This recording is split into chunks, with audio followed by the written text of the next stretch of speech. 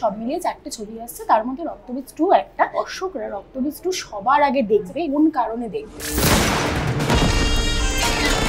রক্তবীজ 2 পুরোপুরি দুষ্টের দমন, শিষ্টের পালন। ভালো হয়েছে ছবিটা, জানেন, তাদের যে প্রত্যাশা সেটাকে হতাশ করবে না উইন্ডোজ। আমার সঙ্গে এই মুহূর্তে যে মানুষটি রয়েছে তার মুখে সবসময় একটা মিষ্টি হাসি থাকে এবং সেই হাসিটা দেখলে সত্যি মনটা ভালো হয়ে যায়। আমরা আজকে রক্তবীজ 2 নিয়ে কথা বলবো, আর আমার সঙ্গে রয়েছে অভিনেত্রী Ananya Banerjee. Welcome to city cinema. তোমাকে এই যে মুখে সবসময় একটা মিষ্টি হাসি থাকে, এটা দেখলে কিন্তু সত্যিই মনটা ভালো হয়ে যায়, সেটা দিয়ে আমি শুরু করলাম।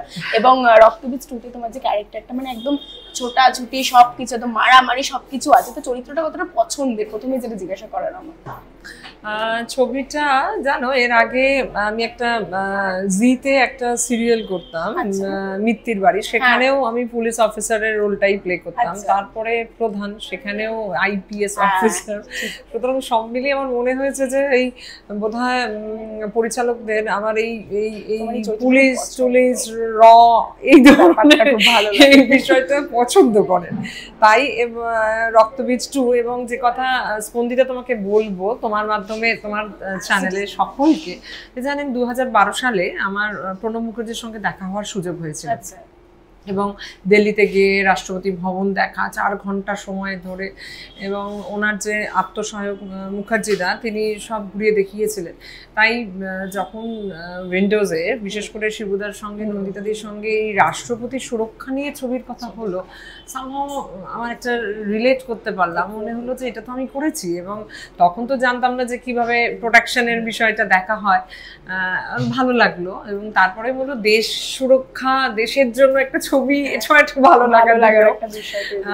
ফাইনালি এত আর্টিস্ট আছেন, তাদের সাথে কাজ করা। এবং যেটা last but not list Spandita, সেটা হচ্ছে যে উইন্ডোজ প্রোডাকশন। শিবু প্রসাদ এবং নন্দিতাদির সঙ্গে ছবি করা, এটা একটা ড্রিম কাম ট্রু। মানে প্রায় 14-15টা ছবি হয়ে গেল, এবং সেই ইচ্ছে থেকে শুরু। এবং বোধহয় গত বছর বহুরূপী, আর এই বছর বোধহয় ওই বস, আমার বস।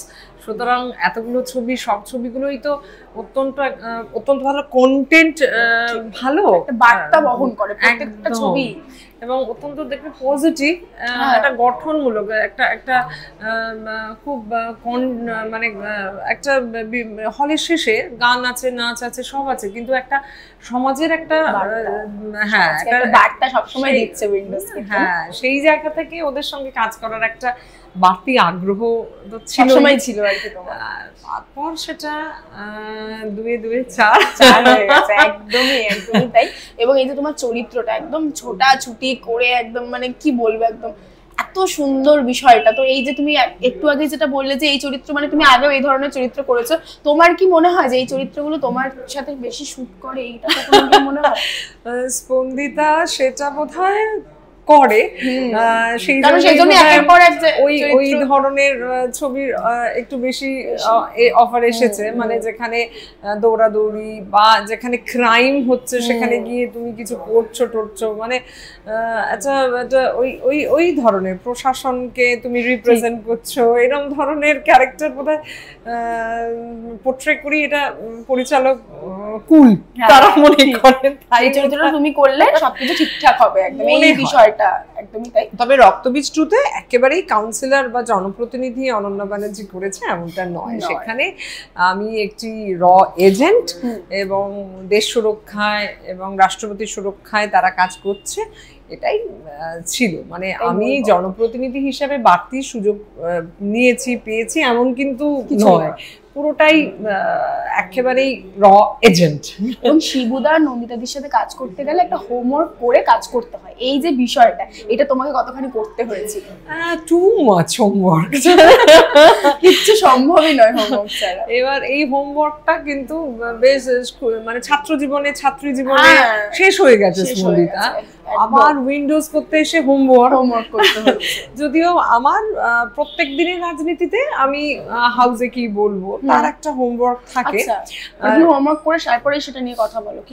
বলি মানে কি বলো তো, ধরো তোমাকে একটু হোমওয়ার্ক না করলে তুমি অনেকগুলি কাজের মধ্যে একটা কোনটাকে প্রায়োরিটাইজ করবে, সেটা তো একটু মুশকিল হয়ে যায়, এবং সময় কম, কোন কাজটাই তুমি ফোকাস করবে সেটার জন্য তোমার মাঝে মাঝে একটু হোমওয়ার্ক দরকার হয়, কিন্তু সেটা যত সামান্য হোমওয়ার্ক, সেই অর্থে প্রচুর নয়। হ্যাঁ, তোমাকে আপডেট থাকতে হয়, তোমাকে খবর জানতে হয় কে কি বলছেন, কোনটা ঠিক, এবং তার জন্য হয়তো রেফারেন্স কোনো বই পড়লে সেইগুলো আলাদা কথা, কিন্তু পার্টিকুলার কোনো কাজের জন্য হোমওয়ার্ক সেই অর্থে নয়। কিন্তু ওভারঅল একটা হোমওয়ার্ক আমার পেশায়, রাজনীতিতে একটা তো থাকেই, অভিনয়ের ক্ষেত্রেও সেটা করা দরকার। রক্তবীজে টু মাচ, মানে স্ক্রিপ্ট রিডিং থেকে শুরু করে, এবং সবচেয়ে ভালো লাগলো শিবপ্রসাদের সাথে কাজ করতে গিয়ে যে ওর না প্রত্যেকটা সিন ছবি আঁকে, এবং সেটা কতক্ষণে কিভাবে শেষ হবে এবং কতটা সময়ের মধ্যে কারা কোন জায়গায় তাদের পজিশন সবটা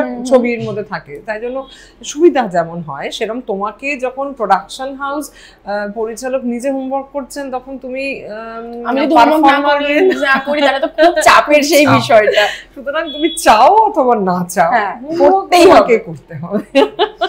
শিবুদা নন্দিতাদির সাথে কাজ করাটা কোথাও গিয়ে কোনো ভয় লাগছিল যে ভুল হচ্ছে না তো, বা বকা খাবো না তো, এই যে ব্যাপারগুলো থাকে সেটা কোথাও গিয়ে হয়েছিল? ডেফিনেটলি কিছুটা তো ভয় থাকেই, তবে তোমার বেশ ভয় হয়েছিল, কারণ ওদের তো ছবি খুব পরিশ্রম করে সবাই করে, কিন্তু ওদের তো মানুষ নেয়ও, প্রোডাকশনটা মানে 14-15টা ছবি হয়ে গেছে, সবই বক্স অফিসে খুব ভালো করেছে, সুতরাং সেই জায়গা থেকে ওদের না ডেডিকেশন এবং কমিটমেন্ট একটু বেশি থাকে, সেই জায়গায় একটু চাপ, একটু ভয় করেছিল, খুব অনেস্টলি বেশ ভয় করেছিল।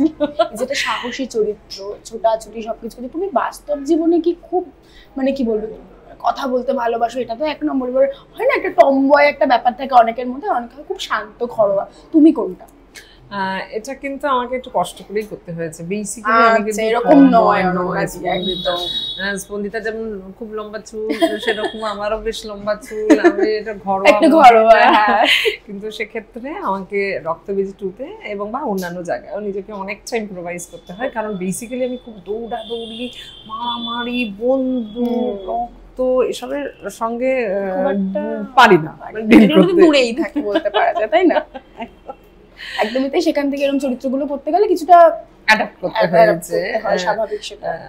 তবে সবাই সাহায্য করেছে, শিবুদা প্রত্যেকটাই দেখিয়ে দিয়েছে, নন্দিতা দি তো পুরোটাই ন্যারেট করেছে, বলেছে, ওদের সাথে কাজ করার একটা অন্যরকম এক্সপিরিয়েন্স এবং একটা ফিলিংও, এটা ভালো লাগা কাজ দিয়েছে, সব মিলিয়ে শুধু ডিরেক্টরদের কথা বল, ডিরেক্টর ডুও তাদের নয়, that whole team, technicians behind camera, ওরাও খুব কোঅপারেট করেছে, আর রক্তবীজে তো মাল্টি স্টার, অনেকে সবার সাথে কাজ করার এটা খুব ভালো এক্সপিরিয়েন্স থাকে। তোমাকে যদি জিজ্ঞেস করি কেমন এক্সপিরিয়েন্স হয়েছে এই কাজটা করার পরে?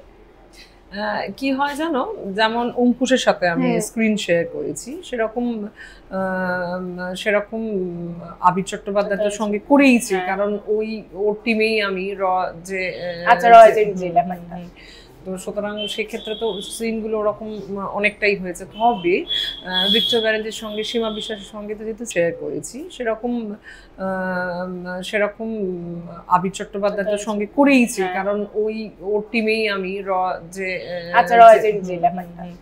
তো, সুতরাং সেক্ষেত্রে তো সিনগুলো ওরকম অনেকটাই হয়েছে। তবে ভিক্টর ব্যানার্জির সঙ্গে, সীমা বিশ্বাসের সঙ্গে তো যেহেতু স্ক্রিন শেয়ার হয়নি, সেই ডেটস গুলো হয়নি, তাই খুব যে ওই রকম আলাদা রকম একটা এক্সপিরিয়েন্স সেটা গ্যাদার করা সম্ভব হলো না। আশা করি পরে কোনোদিন হবে। আফসোস হয়ে গেল তাহলে পরের মাসে তাই না? সেটা অবশ্য ডিপেন্ড করছে তোমার চ্যানেলের মাধ্যমে সাধারণ মানুষ আর উইন্ডোজ, শিবপ্রসাদ এবং নন্দিতা দি হোপফুলি আমাকে নিরাশ করবে না। রক্তবীজের একটা বিশাল সাফল্য ছিল, 105 দিন হলে চলেছিল, সেরপর রক্তবীজ 2 আসছে, এটা তোমার কাছে কতটা চাপ যে এরপর এটা আরো বেশি দিন হলে চলতে হবে, এই যে বিষয়টা, এটা তো চাপ কাজ করছে নাকি আমি চাপটা কাজ করাচ্ছি, মানে এখন বলে ভয় লাগে এরকম না তো? না, ব্যাপারটা যে রক্তবীজ রক্তচাপ বাড়াচ্ছে, আচ্ছা এটাই ঘটনা, মানে যতদিন এটা রিলিজ করছে এবং তুমি ফল প্রকাশটা কি হচ্ছে দেখতে ততদিন রক্তচাপ কমবে না। হ্যাঁ, মানে কি, যেহেতু ইতিমধ্যেই রক্তবীজ নিজেই এত ভালো একটা বক্স অফিসে মানে হিট হয়েছে, সাফল্য পেয়েছে, তখন সুতরাং না ওটা চাও অথবা না চাও, তোমার একটা সবই সময় একটা তুল্যমূল্য বিচার চলেই আসে, তাই না, যে আগেরটা এরকম হলো পরেরটা কি হবে। আর শিবু তো প্রায় 14-15টা ছবি পর পর ভালো করছে ওদের, সুতরাং আমার মনে হয় সবাইকারই রক্তবীজের টিমে যারা আছে তাদের রক্তচাপ একটু বেড়েছে। এবং পুজোয় সব মিলিয়ে 4টে ছবি আসছে, তার মধ্যে রক্তবীজ 2 একটা, এবং দর্শকরা রক্তবীজ 2 সবার আগে দেখবে, এটা তোমারও চাও এবং তোমাদের বাকি যে কাজটা আছে তারাও এটাই চাইবে। তো সেই জায়গা থেকে সেটা নিয়ে তুমি কি বলবে, যে কোন কারণে দেখবে, বাকি 3টে ছবি পরে দেখে রক্তবীজ 2 সবার আগে কেন দেখবে? স্পন্দিতার প্রশ্ন, সবার আগে কেন দেখবে? ওয়েল, দেখুন, দুর্গাপুজোয় রক্তবীজ 2 তাকে আমি রিলেট করছি এইভাবে যে দুর্গাপুজো আমরা সেলিব্রেট করি দুষ্টের দমন শিষ্টের পালন, সুতরাং খারাপ শক্তির বিনাশ এবং শুভ শক্তির উদয়, এটা তো আমরা দুর্গাপুজো করি এবং নিশ্চিত করে একটা উমেন পাওয়ার, উমেনহুড সেলিব্রেশন, নারী শক্তির উদযাপন, এটাই তো করি। তো সেই জায়গা থেকে রক্তবীজ 2 পুরোপুরি দুষ্টের দমন শিষ্টের পালন এই ছবি, অর্থাৎ খারাপ লোককে সংহার করা হচ্ছে, ভালো লোককে উৎসাহ প্রদান করা হচ্ছে, এগিয়ে দেওয়া হচ্ছে, তারা সমাজ আবার ঠিক হচ্ছে, এবং সব মিলিয়ে একটু বাস্তবকে সামনে রেখে দেশপ্রেম, সিকিউরিটি এবং ওই খারাপের ধ্বংস, ভালোর উদযাপন। সুতরাং সেই জায়গা থেকে দুর্গাপুজো তাই, সুতরাং দুর্গাপুজোর ওই ফিল এবং ওই সেলিব্রেশনের কারণ হিসেবে যে আমরা ওই জিনিসটাই পুজোর মধ্যেও দেখছি, বিনোদনের মধ্যেও দেখছি, সেই জায়গা থেকে তো রক্তবীজ, আর সবসময় রক্তবীজ একটা বার্তা বহন করে এবং দর্শকরা রিলেট করতে পারবে এই ছবিটার সাথে, সেই কারণেও বলা চলে যে সবার প্রথম রক্তবীজ 2 মানুষ দেখবে, তাই না? একদম, স্পন্দিতা বলছে চ্যানেলে সবাই আপনাদের কাছে, এবং প্রচুর ভিউয়ার্স আছেন, সবাই মিলে নিশ্চিত করে আমার বিশ্বাস যে উইন্ডোজকে ওদের যে প্রত্যাশা, সেই প্রত্যাশা যে পারদ বাড়ছে সেটা ঠিকঠাকই হবে। এবং আমাদের প্রত্যেকের জীবনে কি হয়, ভাঙা গড়া নিয়ে জীবন, কখনো ভাঙছি কখনো আবার উঠে দাঁড়াচ্ছি, সেটা তো তোমার জীবনেও হয়। তো সেই জায়গা থেকে দাঁড়িয়ে কখনো ভাঙছো আবার কখনো ঘুরে দাঁড়াচ্ছো, এই সময় নিজেকে কিভাবে প্রিপেয়ার করো সবসময়? আসলে এইরকম ধরনের প্রশ্ন তো এক লাইনে উত্তর দেওয়া যায় না স্পন্দিতা, তবুও এই ভাঙা গড়ার খেলায় বেশ একটা অন্যরকম প্রশ্ন। নিজেকে প্রস্তুতিটা ওই একটা ক্র্যাশ কোর্সের মতো নয়, জানেন, যে আমি 15 দিনের একটা কোর্স করলাম, সেখানে এই ধরনের খাবার ফুড হ্যাবিট রাখলাম, ডিটক্স করলাম, এক্সারসাইজ করলাম, মেডিটেশন করলাম, অমনি হয়ে গেল, এমন তো নয়। এটা আমরা জানি না আমরা কখন ভেঙে যাব আবার কখন ঘুরে দাঁড়াতে, প্রতিনিয়ত এটা কন্টিনিউয়াস প্রসেস। এবং আমার তো মনে হয় গড়াটা ওই ভাঙার থেকেই শক্তি রসদ নেওয়া, অর্থাৎ ওই যে পারলাম না সেখান থেকে শিখে আবার পরেরটায় পারার চেষ্টা, সেটা তো না পারা থেকে হয়, ভাঙা থেকে হয়, এই ভাঙার মধ্যেই গড়ার বীজ।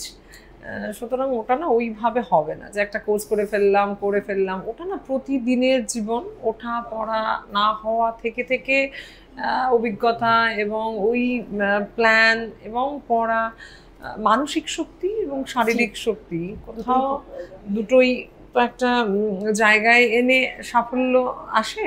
সুতরাং সেই জায়গাটা একটা কন্টিনিউয়াস প্রসেস অ্যান্ড প্র্যাকটিস। এবং তুমি যেটা বললে খুব সুন্দরভাবে, যে না ভাঙলে তো আমরা গড়তে শিখবো না, ভাঙাটাও দরকার, তাই না? কোথাও গিয়ে খুব দরকার।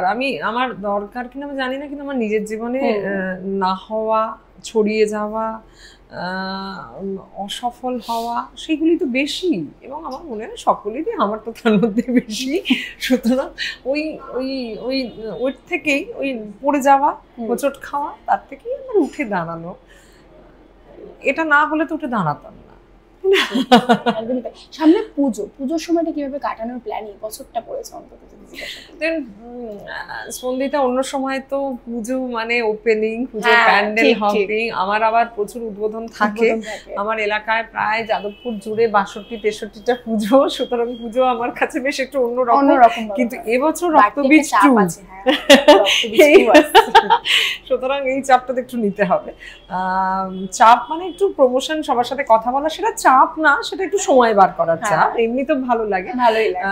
আর তবে এই জন্য ভালো লাগছে কি জানেন তো, রক্তবীজটা ওই মানে শুরু হয়ে গেলে মানুষ প্রেক্ষাগৃহে হলে গিয়ে দেখলে তারা যে খুশি হবেন এবং যে পজিটিভ ভাইবসটা দেবেন সেইটা ভালো লাগবে। তো সেই জায়গাটাও ভাবছি যে আর কটা দিন হয়ে গেলে রিয়াকশনস এরকম, এবং সেই প্রত্যাশা পূরণটা কেমন হলো, এর একটা মানে তুমি ভালো পরীক্ষা দিলে তোমার রেজাল্টের জন্য একটা চাপ একটা থাকে যে রেজাল্ট যতক্ষণ না বেরোচ্ছে, যতই ভালো পরীক্ষা দিই না কেন রেজাল্ট যতক্ষণ না বেরোচ্ছে ততক্ষণ একটা চাপ থাকে।